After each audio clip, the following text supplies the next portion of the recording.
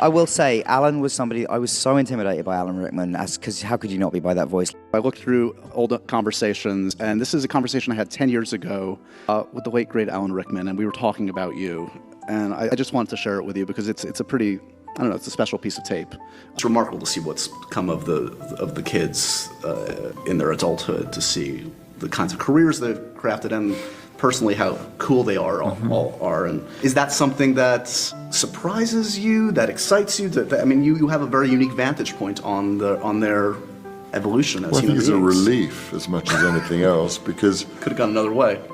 You just, you watch that situation, and as much as I was only doing it and the rest of us for 7 weeks, they were doing it 52 weeks. This was their life, from 12 to 22. And you would watch it from the sidelines at times and try to throw the odd lifeline in, because there was so little time for that.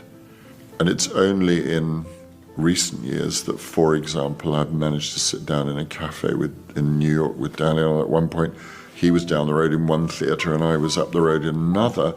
Huge pride to go and see him in the musical, So How to Succeed? Or How to Succeed. And you see, what is he? It's how dare he be dancing as well as the New York dancers, because he worked at it.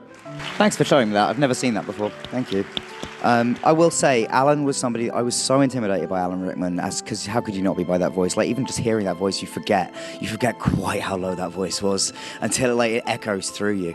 I was so intimidated by him for the first 3 movies. I was just terrified of him, and I was like, this guy hates me.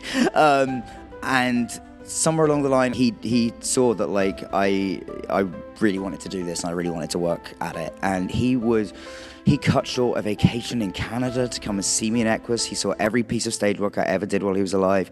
He would take me out afterwards. We would talk about it. He was one of the first people to say hey, you should look at voice coaching and Alexander technique and all this stuff that he was you're probably not going to get this otherwise. So you should just investigate all this stuff. I'm so lucky to hear him saying that's really lovely. Thank you for showing me that.